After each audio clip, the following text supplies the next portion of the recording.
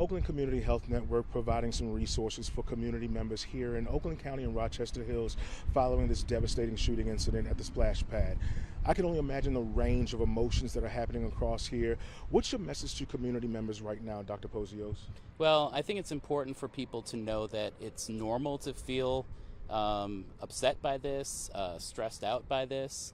But when your sleep starts to get interrupted, when you might be using substances more often than you normally do, like having more drinks during a week than you normally do, if people start to tell you that you're not yourself, then it might be a sign to seek help.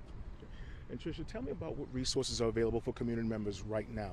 Understand that the Department of Public Safety, you guys have set up a family resource center. Yes, so we deployed our CISM team, which is Critical Incident Stress Management. Our team will be there 4 p.m. to 8 p.m. Monday through Friday this week. We were there yesterday from 10 a.m. to 4 p.m. and we are still working with the city and with the county to determine in the next 2 to 3 weeks how often we will be there. So when families come to the Family Assistance Center, there will be trained mental health professionals, both clinicians and non-clinicians. We will have materials there about what to do and how to respond after a critical incident. There will be people there to kind of talk and process it through and begin that healing process.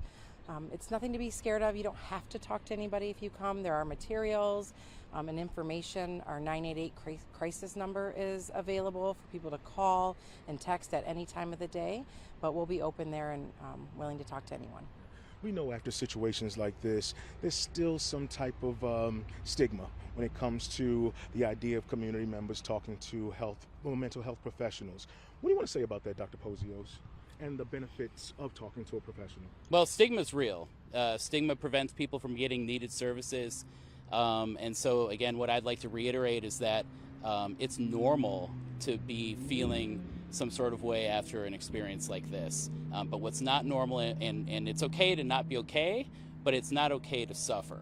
And so we want people to seek help, again, especially if they're having symptoms of a mental health disorder, such as interrupted sleep, nightmares, anxiety related to the incident that happened, and so on. And Tricia, you mentioned trained medical health professionals and counselors. Yes. What types of situation can these trained professionals help walk individuals through? So the Critical Incident Stress Management team, our CISM team, they respond after any critical incident. So obviously a mass shooting, we've responded after suicides, after deaths of coworkers, any critical incident, the team will come out and go through either a group intervention or individual interventions. What we're doing down at the Family Assistance Center are individual interventions or even kind of group interventions with families as they come in together. Yeah. Given the age ranges of the victims in this particular incident, and given the type of location that this happened, a splash pad where so many families bring young children, is there anything that you would suggest parents or adults do to have proactive conversations with the young ones, children? Any techniques that they could that you could offer up in order for them to have productive conversations? Well, I think in situations like this, it's important to reassure children and let them know that they're safe, they're loved, and that incidents like these are very rare.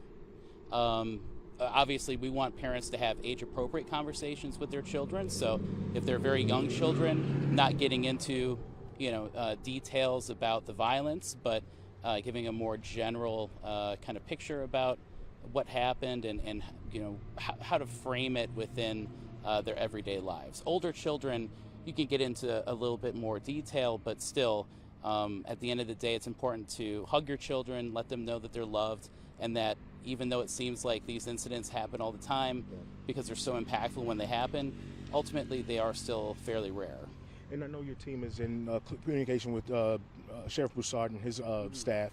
Is there anything that you could say to any community member who may have concern about a loved one that may be experiencing some interesting behavior that may be cause for concern? How do we have those proactive conversations? We just heard the sheriff talk about saying something could prevent something. Yeah. So as I said previously, these incidents are rare ultimately. Even they're terribly impactful and upsetting, but they are ultimately rare.